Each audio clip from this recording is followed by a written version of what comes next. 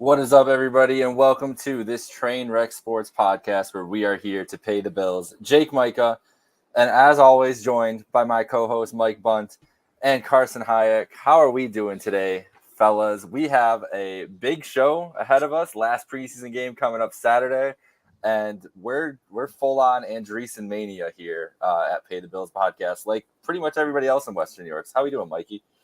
I'm doing great. Excited to talk some Bills football like always. And who would have thought that after two preseason games, the story of the town would be Joe Andreessen, a local boy who played at UB in Lancaster High School. Never would have thought this would be the topic heading into the final preseason game, but here we are. Here we are. How about you, Carson? Doing phenomenal. It's just another day we get to talk some Buffalo Bills football. So, you can't beat that. And, you guys are right. Andreessen Mania, mini camp guy, local hero. This guy's we'll get right into him in a minute, but what a story. You can't make this stuff up. Well, let's get right into it. He's having a moment, Mike. And the play on Saturday was impressive. It also was it's taking advantage of an opportunity, right? Like we had the injury last week to Matt Milano, which I don't remember the timing of. I'm pretty sure that we found out about that injury after this show. So we didn't talk a lot about the Milano injury. So we'll get into that today as well. But obviously the injury to Milano and then the weather conditions causing both Josh Allen on the offense and Terrell Bernard to sit out in this game on Saturday allowed for a lot of the depth linebackers to get some time. And Joe Andreessen was obviously one of them, I think. And we're also dealing with some other injuries at the linebacker position. And Mike, he took advantage of it, man, and had one of the best games you'll see from a guy in the preseason trying to make a roster and trying to push for a spot, almost to the point where now it's, I've seen some talk from other Bills beat reporters and everything else that he might have to be a lock to make this team. And he was not on I don't think he was on either of our rosters. Maybe you snuck him on there with the linebackers. I know for sure I didn't in our roster projection. So how have we gotten to this point in the preseason and this time for Joe Andreessen? First, there's a lot of injuries ahead of him, starting with Matt Milano, Nicholas Morrow, Balen Spector. You don't know what you're getting out of Deion Jones. So that's four guys right there that kind of opened opportunities for Andreessen to get a shot. Then you add in the fact that he's just been making an impression in front of the Bills coaches to go from rookie tryout to getting signed to then getting an opportunity to actually play in the first preseason game in the second half to then starting the second preseason game. He's had an elevated amount of opportunities to really impress this Bills coaching staff. And then on Saturday night, that's what he absolutely did. 12 tackles, 7 of those solo, 2 tackles for loss. He's really a guy that's showing out in his opportunity. Want to just bring up some of the comments. Bills Mafia 2024, Buffalo Joe. Then, of course, my wife here is Buffalo Mike going to talk about Buffalo Joe. Of course I am, Catherine. And then Sophia commenting about Andreessen's injury history over the past couple years. And Steve commenting, Andreessen looked amazing. Does that change when offenses are less vanilla? Or are his instincts that good? Well, we don't know yet. We really don't know yet. But what I would say about Joe Andreessen, is he a lock? I don't think so yet. I think it's still a far way away from saying that. We have to see him replicate that performance he did against the Steelers and do it once again this weekend against the Panthers. Because if you look at the linebacker room, even with Milano out, you still have Terrell Bernard, Dorian Williams. I think that Balen Spector is still pretty safe on this roster. They brought in Nicholas Morrow for depth. And then you have other guys. I know there's injuries, there's other concerns, but you still have Edifon Ulofoshio. Does Deion Jones still have a chance? Looks like Andreessen has at least surpassed him. But there's still some battles going on in this room when the guys are healthy. But what I would say is that Andreessen has at least locked down a practice squad spot somewhere, whether Buffalo or somewhere else in the league, which is more than what a lot of people would have thought heading into training camp. And now we are getting close to the point where the fact that we're even talking about him making the 53-man roster shows what an impression he has made in the last few weeks. Yeah, for sure. I'd have to agree with everything you said. And I mean, this is just a combination of like when luck and skill come together. Like the skill paid off for him to even have the opportunity to be on the 90-man roster coming into camp. And then along with the fact that he had guys in front of him go down. So there's the luck aspect of it. And he's taken advantage of every single opportunity that he's been given. And he made the most of it Saturday night. I mean, he made Brandon Beane really, really think. And I think, as far as my opinion goes, I think he locked himself up a 53-man roster spot on Saturday night. And that's really all you can ask for out of a guy like that. I mean, he made Brandon Beane double think and think, do I have to, externally add somebody who's a, free agent linebacker? Do I have to call AJ Klein up again? No.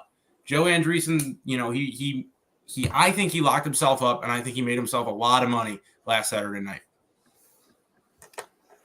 I think I'm with you guys just because of it's the ceiling and floor type of thing we're talking about here, where we know the depth pieces they have and what they're going to offer. They give you that floor, but Andreessen might just be the higher ceiling than those guys of what he can offer. He's more of untapped potential within the scheme. Obviously, someone who's performing like that in the preseason is hungry for a spot, right, and hungry for an opportunity, and that's the kind of guy that you want on this roster. And if you're looking at that linebacker, like, if it really comes down, like Nicholas Morrow and Deion Jones have dealt with injuries. It's not like they've been spectacular in camp as it is. If you're looking at it between those types of guys for your depth position, I would just lean towards giving a guy like Andreessen the chance. And then if it doesn't work out, there are going to be other depth linebackers on the market, whether it's on practice squads or free agency later in the season. If for some reason he's just terrible, but I just don't see that happen. I feel like he's going to be able to find a role on this team, whether it's a depth linebacker, whether it's a special teams and everything else or anything else.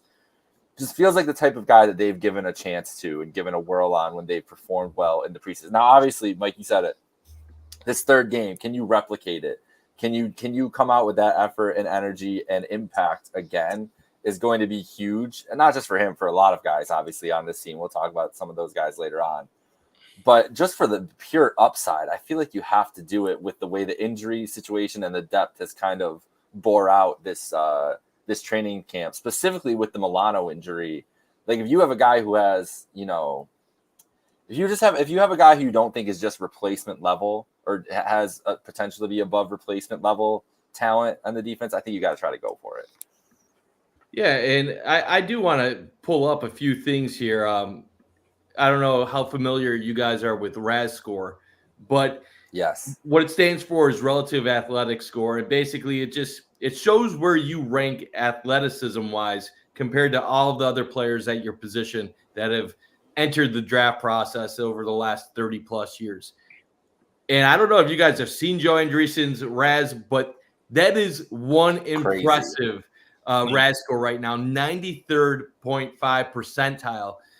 Obviously, the height really the only thing holding him back at just a little bit over 6 foot tall, but weighing in at 240. Like we talk about him coming from a smaller school, but 6 foot 240, that still has some bulk to him right there. You look at the bench press, 99th percentile, his 40-yard dash, a 4.64, which is 81st percentile. This is a guy that is not just an average athlete. This guy is an exceptional athlete. He's one of the best athletes at the linebacker position to enter the NFL in recent years, which is crazy because you could say he's a late bloomer, or maybe he was just an overlooked player coming out of Western New York, because a two-time All-State football player at Lancaster goes to Bryant, which obviously is a smaller D1 school, then goes to UB. He had 12 tackles for loss last year at UB, over 90 tackles overall. At Bryant, he's third in their all-time tackles list, despite transferring to UB for his final season. So this is a guy that actually has dominated almost every spot he's been at. And then you bring that athleticism. I saw some comments on Twitter about how he's a mini Matt Milano. Well, he's not a mini anybody. You look at Matt Milano, their height is actually the same coming out of college. But you look at the weight, Milano was at 223. You have Andreessen at 240. You also look at Milano's RAS score, 6.95 versus a 9.35 for Andreessen. So Andreessen is actually coming out of college considerably a better athlete overall. And then you look at a few other players to compare it to on the Bills already. Dorian Williams. Obviously, Williams has a speed advantage. He's one of the fastest linebackers in the league. But even if you factor in the other things like some of the other things strength related, Andreessen an advantage over Williams. And Bernard, even Andreessen compares favorably to Bernard as well. So it's kind of wild because we're talking about a guy that is relatively unknown until just now. But athletic wise, he really does compare well with the other linebackers on the Bills. And the one thing the Bills have done in recent years is as they've been focusing on being a nickel defense under Sean McDermott, they have really gone after smaller height linebackers that are quicker and more mobile, that are very good in coverage. So even if this is a depth piece and somehow he makes the practice squad or one of the final roster spots, this is a guy that you have a ball of clay that you can kind of mold into something. And my final point really I want to talk about with Andreessen before tossing it over to you, Carson, or Jake, is that when you look at Bobby Babich and what this defense wants, they think that if we get guys that are in this ball of clay, that we can turn them into something. And what we're seeing firsthand is if you have instincts and you have athleticism, you have the ability to shine. And that's one of the reasons why I'm actually confident that with Milano out, that the Bills are going to actually be okay at linebacker. Because even though I don't think it's going to be Andreessen being the guy, I think you're going to see stuff like that from Dorian Williams where he has moments where he can shine.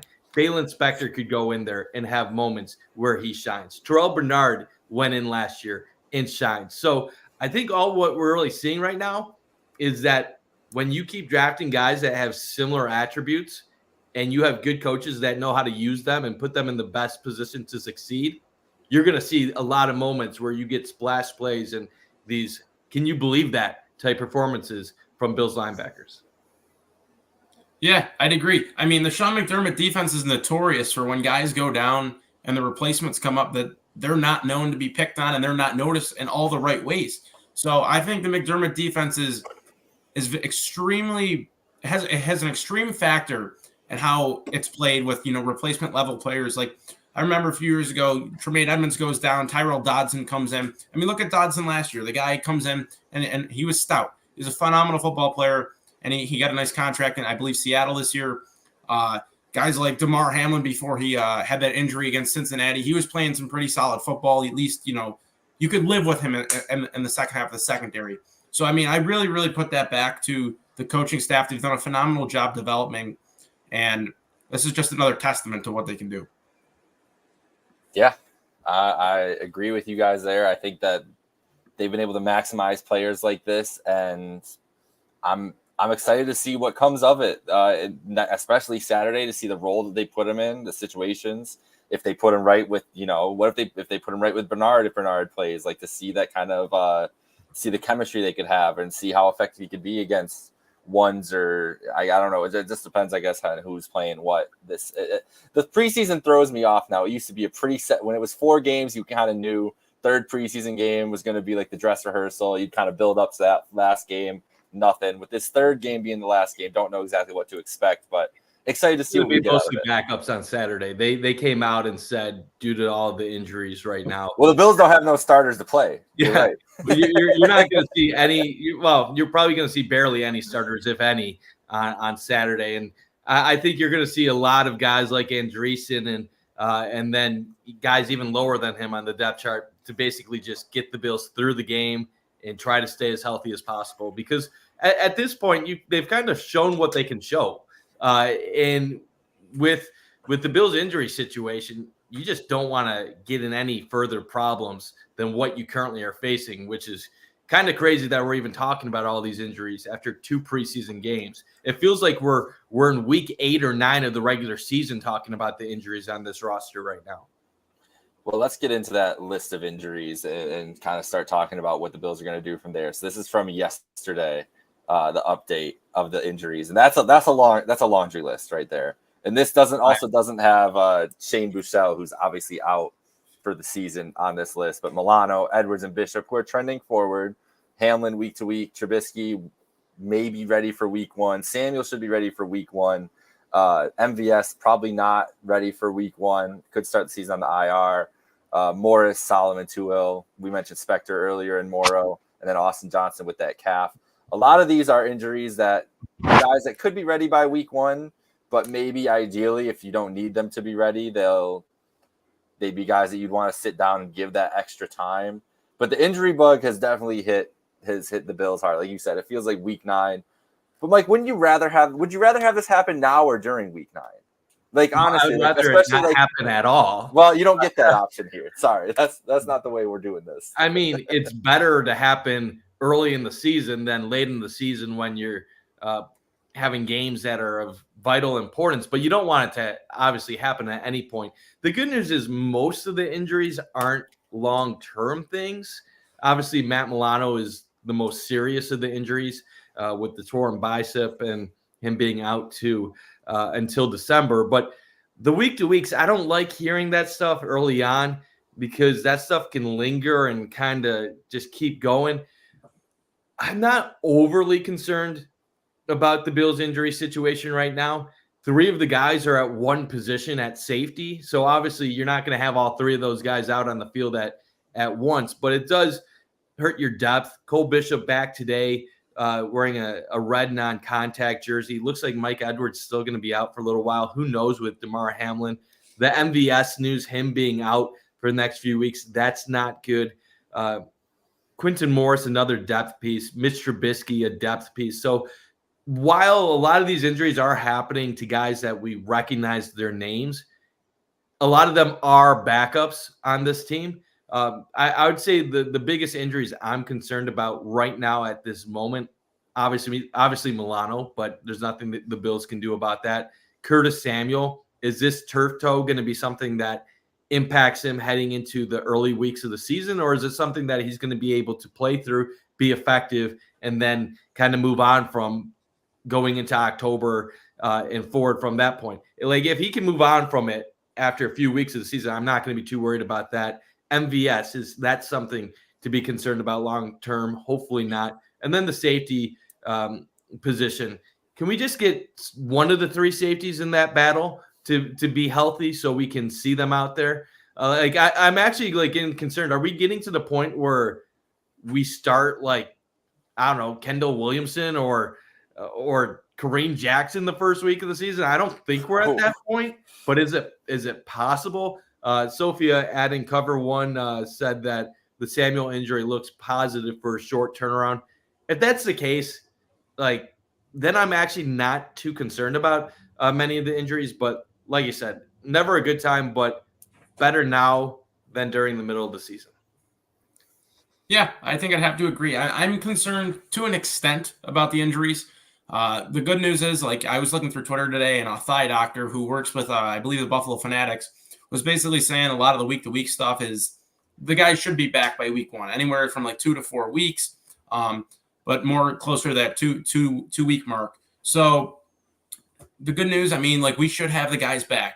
But, you'd have to wonder if the injuries are lingering, like you said, and they're playing at 85% for, who knows how long, along with the fact that they're more susceptible to an injury down the line. So that's why I would say I'd be concerned. But on the flip side, we're getting the guys back at the end of the day. And also, besides Milano, that's a extremely fluke and terrible injury to happen. One of the best guys in the game for sure. It has not happened to anyone other than that so far, which is a good thing. You look at a few other teams around the league, like J.J. McCarthy, although, he hasn't proven himself yet. That was he probably wasn't going to play the first few weeks, but he probably was the plan down the road for the Vikings. And, there's other guys around the league too as well. It's just health is a huge thing, and it feels like the Bills were good with the health factor for so long, and now all of a sudden, the mean is starting to even out, and we're starting to have guys go down like crazy. So hopefully, if these guys can just stay healthy during the regular season, better to have it now, as you were saying, than in the middle of the season or towards, especially if we get their playoffs. Yeah, if you look at it too, Jake, let's just go through some of the different positions on the team. Offensive line, healthy right now. There's really not too many concerns.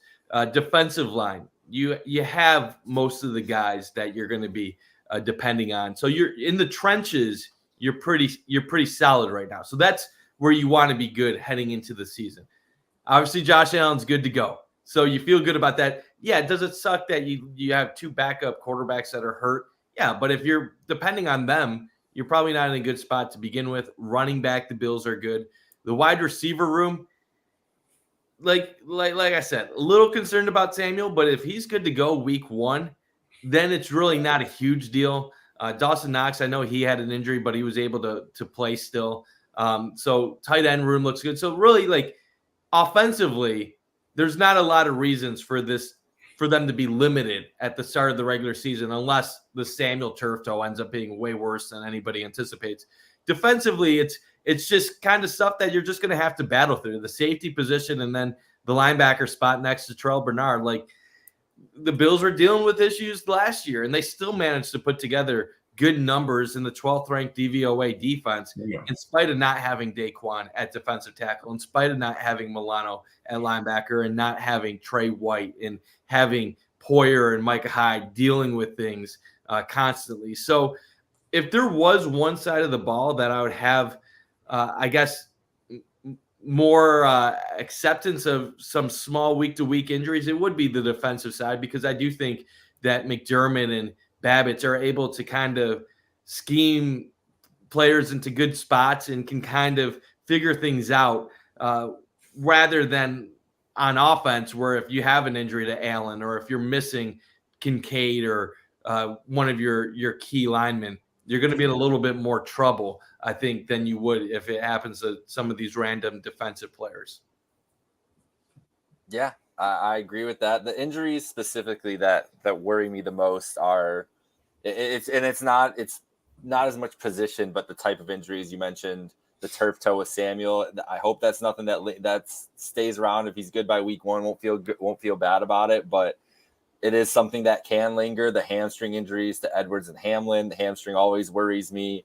The calves to Spector and Solomon specifically, like those types of injuries, those soft tissue injuries that can linger if you come back 3 days too early, are the ones that you worry about, especially because everybody wants to ramp up for week 1, right? Like there's especially like a guy like Curtis Samuel who wants to get in there and start getting that chemistry and really, you know, he's got a decent contract from the Bills, but he's looking for another one after this one's done. Like he wants to start putting those numbers up and feels pretty good about that.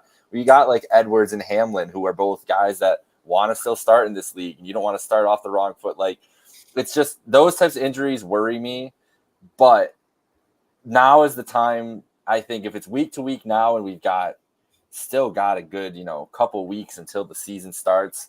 If they're not practicing when it comes to game week, like if we get that first Tuesday report and Edwards is limited right away and Hamlin's limited right away and Samuel's limited, like if those guys are starting to show up limited on the game week practice week reports, that's when I'll start worrying. But for right now, they don't. And especially for the offense, it sucks to not get that time with Allen and all the reps and everything else they need. But hey, they need to be on the field too. So let's get everybody rested, get everybody acclimated, do as much game planning, film study that you can do, and by game week, hope that the health is there. But let's get into this. If you could add, if there's anything going forward into the preseason, if there's a position group, an opportunity where that's a great point to my father, as he gave me a lot of my great football points in my life.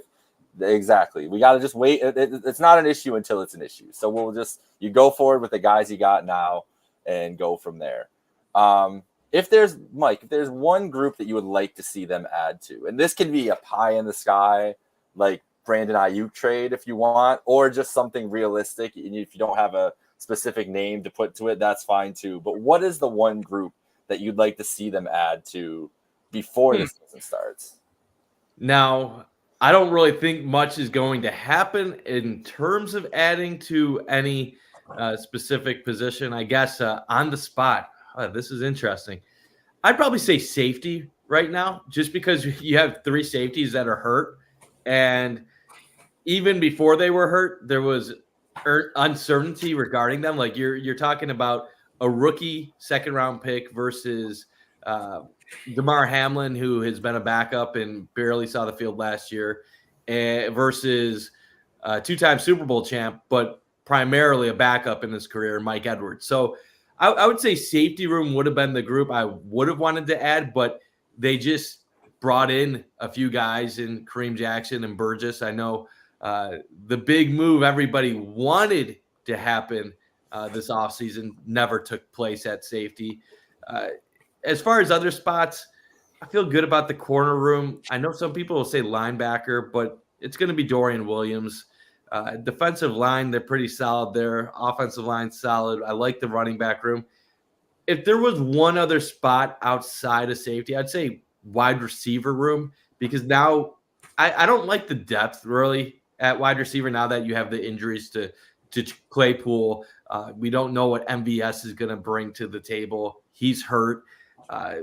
If we're talking Mac Hollins, like actually like contributing on this offense, that's a little concerning to me, especially since I think we've seen early in the preseason that Keon Coleman is probably not going to be a big time contributor on this offense this year. Like, I'm not saying he's not going to get catches and he's not going to put up some yards, but I don't think we're really talking about a guy that's going to have more than 35 catches or 500 yards this season. So if not safety, I would be interested to add another wideout just to kind of solidify the depth and give them another option.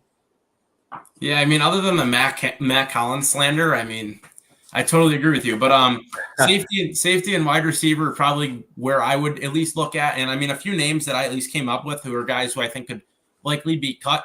At the wide receiver spot, I wouldn't be against bringing Isaiah McKenzie back, especially, if Curtis Samuel is dealing with that turf toe for the first, 2 weeks, month of the season. He's a guy who can, at least call up from the practice squad. He can return a few kicks. He can do your jet sweeps. He plays in a similar role, let's say. And also, why not? Let's run it back with Robert Woods if he's available. I mean, he's on Houston right now. They have one of the best wide receiver cores in the league.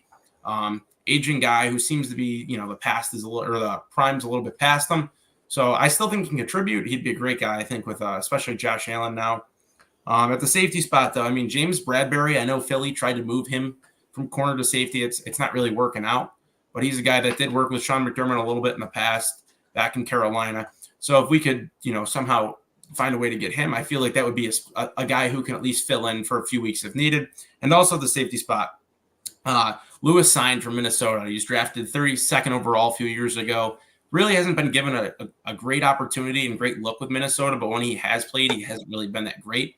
But like we were talking about with Andreessen, the upside's there. So if we can continue to develop, maybe he could turn into something down the line. And of course, what everyone wants to talk about, how bad the Buffalo Bills backup quarterbacks are. Mm-hmm. Why not? Let's talk about Taylor Heineke. If he gets cut by Atlanta, they got Penix, and obviously they got Kirk Cousins, the most confusing quarterback room in the NFL. If he gets let go, I feel like him and Trubisky are relatively in the same boat, but as a Taylor Heineke fan myself, I wouldn't mind bringing him in. And we actually had a comment from Steve Noble. He said Joe Milton from the Patriots and develop him. I'm all for adding someone at backup quarterback that's not Mitch Trubisky or what they have in the room right now. I feel like whenever they add a backup quarterback, I'm finding out about somebody I never knew was in the NFL.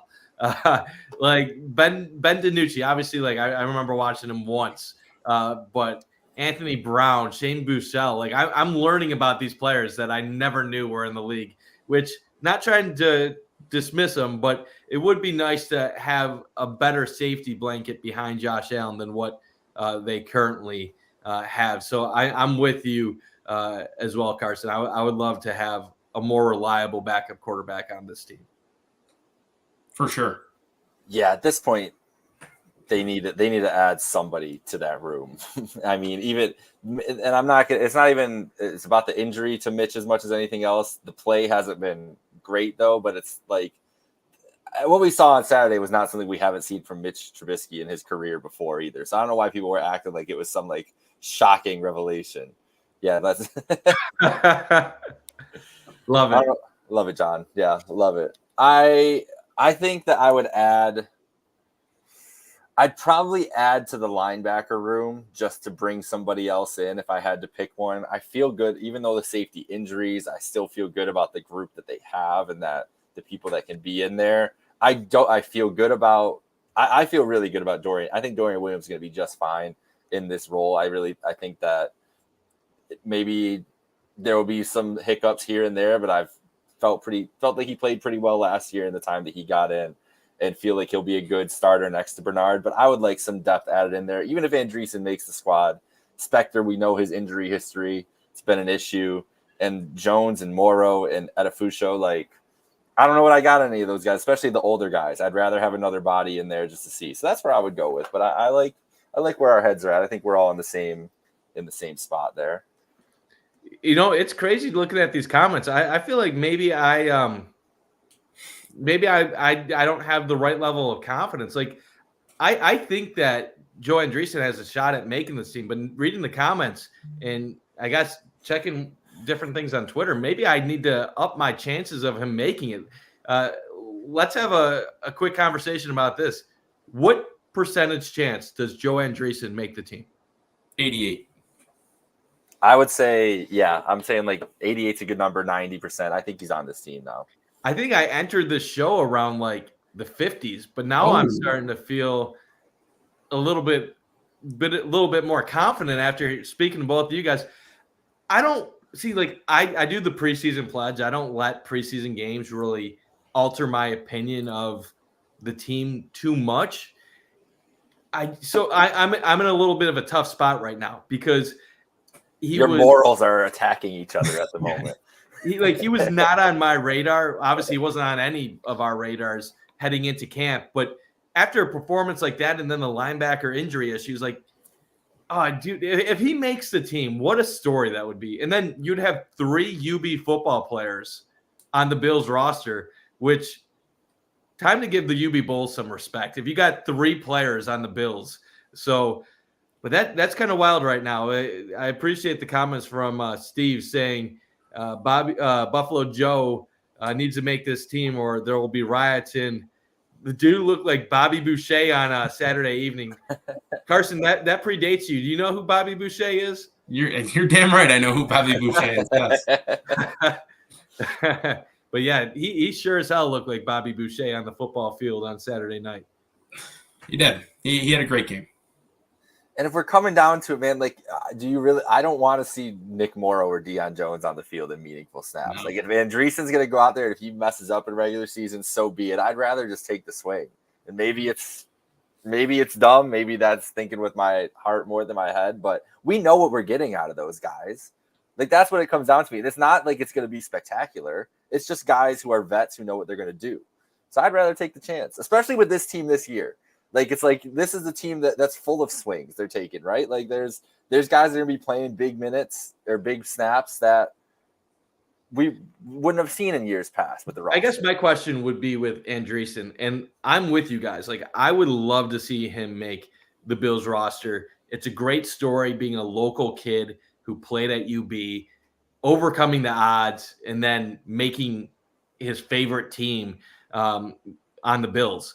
The only thing I'm like trying to figure out is why did he not get a UDFA contract following the draft? If he was high on teams' radars, why did he need to go through the rookie tryout process? Now, obviously, it doesn't matter how you get to this spot. As long as you make your impression and what you do with it is what counts. So we've seen what he can do.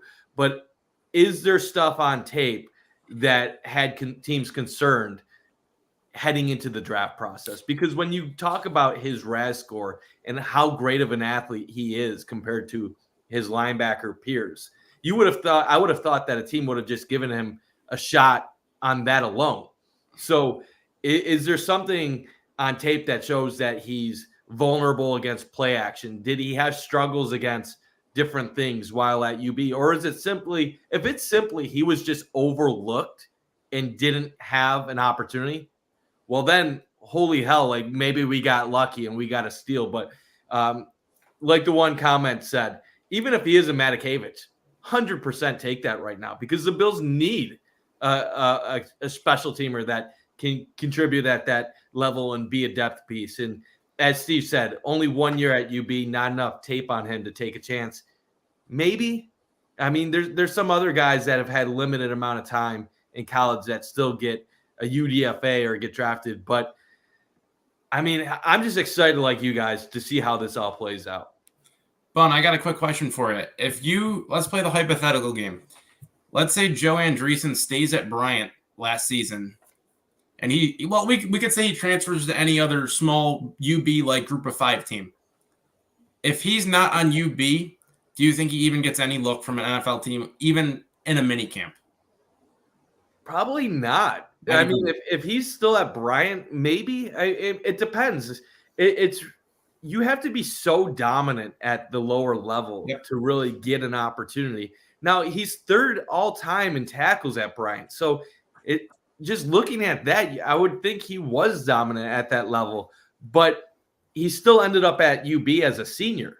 So you would have thought, okay, you have that level of success, even if it's at the FCS level, you think you'd still get an opportunity to transfer to a bigger school than UB. Now, maybe it factored in that he wanted to be close to home. Maybe that's why he chose UB. Maybe there were other options. I don't know the full story on how he ended up at UB, but I definitely would say the fact that he was a local boy that went to UB probably factored into the Bills giving him the rookie tryout opportunity that he received.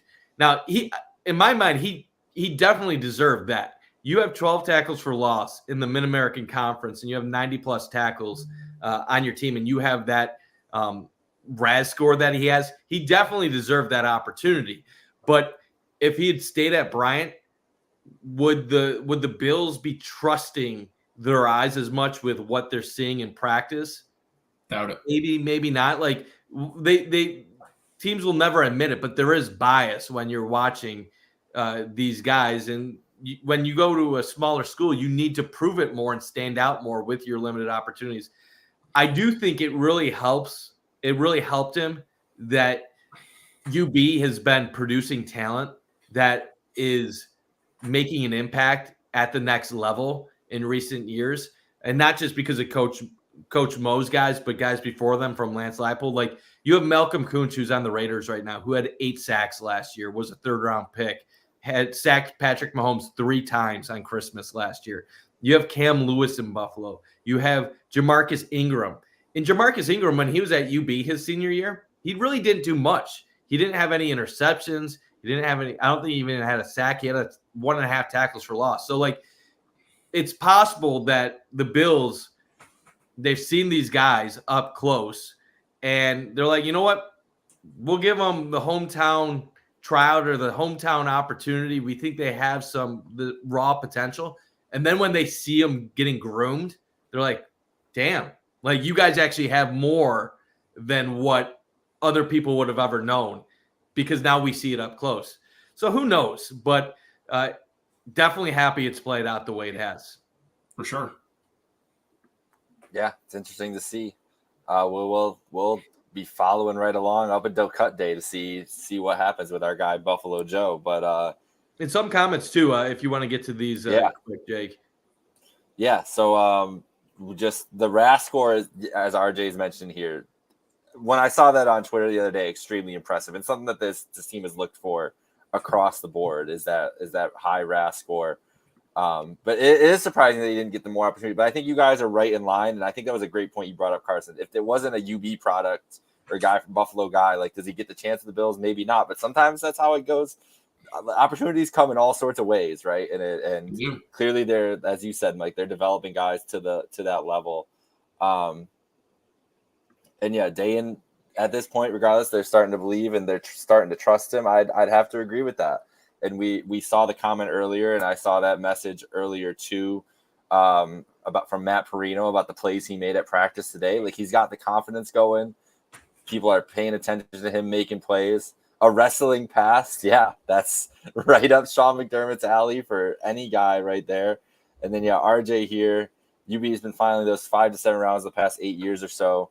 A lot of people don't see the talent, and the Bills do since they're local. Yeah, and I'm sure there's guys like that all over the country, right? Like at schools, smaller schools in, if they're smart, at least teams looking at the smaller local schools by them, having the chance to see them more and taking swings on those guys. I'm sure it happens a lot more in the league than we give it credit to. But the Bills, you want to know something? There's Go ahead. another linebacker on this UB football team right now that is also a local guy who's actually more accomplished than Joe Andreessen in terms of college success in certain things. Sean Dolak. And the crazy part is he also has a crazy story too. Like we talk about how Andreessen went to Bryant and then had to transfer to UB in a rookie tryout. Sean Dolak was a walk-on at UB, and then 2 years ago was one of the top 10 tacklers in the country. You look at Sean Dolak's numbers from 2 years ago, like he has been a force at UB. He had like 140 plus tackles. We were talking about Andreessen had like 90 tackles this past season. Sean Dolak was 140 plus tackles for loss all over the place. Actually transferred to Utah State this offseason, but he reversed course and decided to come back home. One of the senior leaders on this UB squad, I believe he has 2 years of eligibility left, but Sean Dolak is definitely a player on UB that is going to get a training camp look on an NFL team somewhere. I would actually probably put some money that the Bills are probably going to give him a chance and that he might end up, if he's a UDFA, in Bills camp possibly next year or the year after. And one other player to look forward to on UB also, I don't think he's going to get drafted because it's taken him a little bit longer, but Marcus Fuqua was a third-team AP All-American 2 years ago, had 7 interceptions as a safety. So I like this point by RJ. UB filling all of these 5 to 7 rounds the past 8 years or so. I believe right now they currently are at 8 players on either NFL rosters or practice squads. So it's not like it's 1 or 2 guys anymore. They have more than a handful of guys throughout the NFL. Marcus Fuqua, Trainwreck Sports legend, by the way, too. He's on our NIL, so we got to boost Marcus Fuqua. Of course. Might actually be doing a bullet points preview show for the season with him in the next few days. So always got to boost Marcus Fuqua. Great player, great person. Got to get a little bit UB talk. This is going to be, Jake, your UB football show / bullet points. We should have made this a bullet points / pay the bills pod. Yeah, that's right up your alley. But I'm not surprised that Bunt was ready to roll with the UB knowledge right off the top of the dome here naturally in the conversation. So I'm with it. Hey, whatever football talk we got to bring here, that's what this is for. Yeah, Bills Mafia is definitely going to go crazy, especially if it's week 1. And salute to you, Ravens 76B more. Yes, Matt Milano is out for the foreseeable future, likely till December, maybe for the rest of the season. I don't know about you guys. I don't feel particularly good about the chances he comes back this year. We didn't talk a lot about Milano. I don't like seeing an injury designated to return in December ever. It just feels like they're given like a target date for maybe when they could come back, but we'll see. We'll see what happens when it comes to that point. Hopefully the injury is something that he can recover in that time, but we'll get to it. But all right, let's finish up here. We're wrapping up in the last couple of minutes. We'll start with you, Carson, then go to Mike, and then I'll finish off. What's something you're looking forward to the most? Saturday's game against Carolina. I mean, for a majority of these guys, it could be the last time they ever play a football game, especially in the NFL. So I would say I definitely want to see them compete. I think they know and they feel the pressure that they're out there for a reason. They're not a starter. Nothing's a guarantee with them. So I want to see them compete. Like you look at guys like Tyrell Shavers, Zach Davidson, Kendall Williamson, Deion Jones. Like those have been guys who we've at least heard from either in the past in the NFL or guys who've supposedly had great camps this year. And to be honest, other than like a few plays here and there, they have not had a great preseason in live action. So I think this will be one last time for them to, make Brandon Beane think. That's another thing I brought up earlier that I'd like to see it happen again. Like Brandon Beane probably has the depth chart in his mind, who he's going to cut besides 5 or 6 players. If you can make him think just that second time, well, maybe I want to go here and here, and then we could cut this guy for a day and then bring him back, and all the circumvention that has happened with rosters over the past few years. If you can just make him think why you should be on the team and compete, I think, that's what I want to see. I want to see some heart out of the guys, especially these guys who could be playing their last game ever. Honestly, I'm just looking forward to having a good day, hopefully in the sun, at the stadium. I don't even know if I care really what happens on the field. Like, we're talking about Ben DiNucci starting on Saturday with Anthony Brown being behind him. So I think we might go this entire preseason without seeing an offensive touchdown, which is kind of crazy, but I'm not overly concerned because it wasn't like Josh Allen was on the field for that entire period of time. So realistically, what am I actually looking forward to? I just want to see more Joe Andreessen. I mean, he's going to get a ton of snaps on Saturday, especially with the situation at linebacker. So can he put back-to-back solid performances? If he goes out there and plays well again, which he should against a not-so-great Carolina Panthers team, he might have a chance to lock down a roster spot on this team. As you guys said, you're already super confident he will. I'm hoping to get a little bit closer to that. I think he definitely has a good chance at this moment. So Andreessen, I'm watching.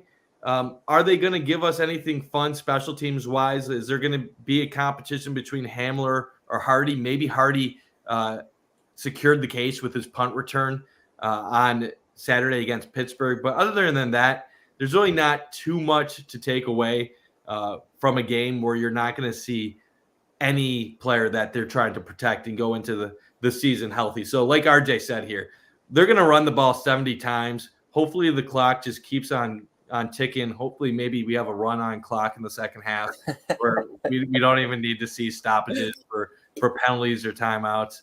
Yeah, that's basically how I feel going into it. And RJ, one more comment. The smallest amount of preseason game action for Josh has a drive and a half this preseason. One thing to take into account, in the past, the Bills have normally jumped out to strong starts to their regular seasons, but they've always kind of played Josh a solid amount in the preseason.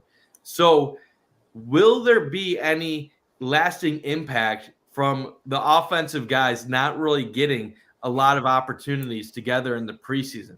I would tend to think not, but that will be something to look forward to in the beginning of the regular season, because if there is rust, especially with a brand new receiving core, that's something that Sean McDermott will probably look to next year and say, well, did we get them enough reps when it mattered in the preseason?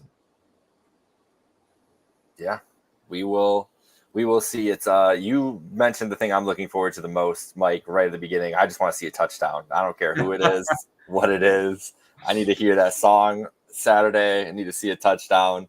We can get that done. Anthony Brown scramble, 7-yard scramble. I think that can happen. I don't have a lot of faith in Ben DiNucci. Never have. Probably never will. But maybe Anthony Brown gets it done. It's a great point about the way that Allen has not. 1.5 drives. Literally 1 quarter of football got taken out after the whistle blew in that first quarter in the first preseason game. So it'll be interesting to see it. Drive into the stadium and drive out for That's Josh. the best comment right there. Like, drive there, see Josh, leave. You're just going to get some autographs, maybe a football thrown to you, and then we'll see you later. Get out there, get out of the traffic early.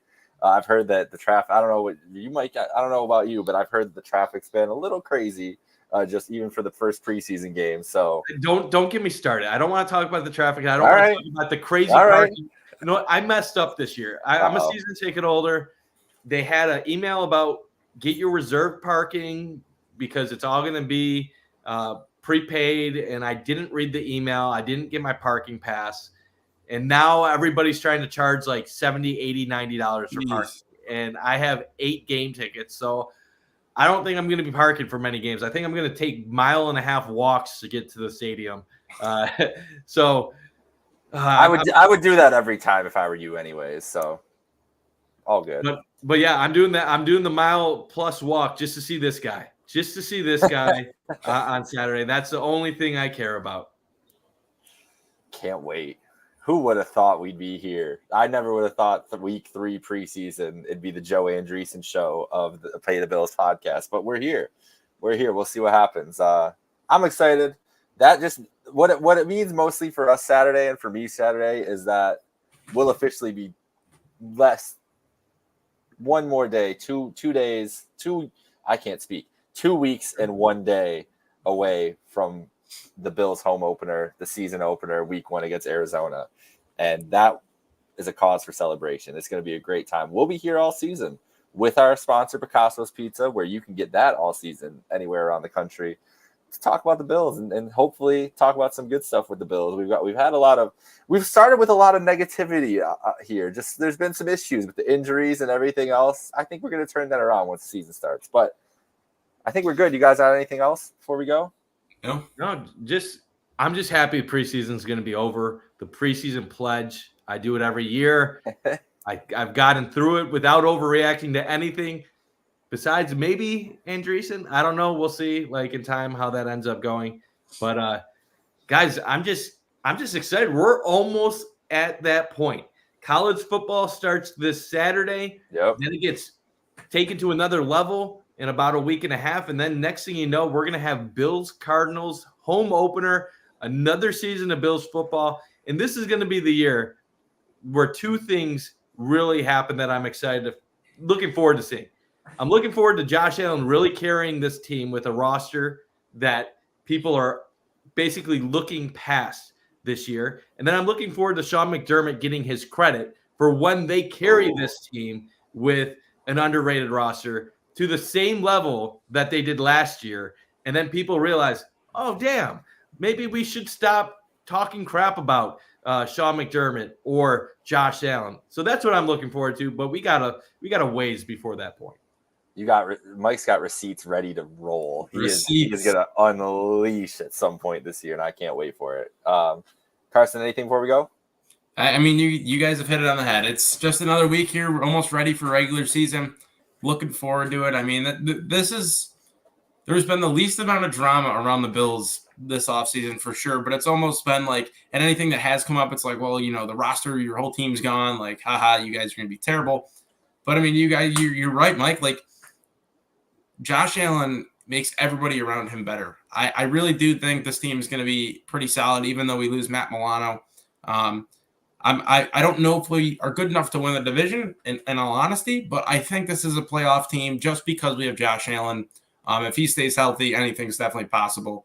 And I'm dying to know what the status is around Sean McDermott and how the fan base views him here in about 6 months. So we'll see. Assuming he's still with the team. Now you're talking spicy, but we shall see.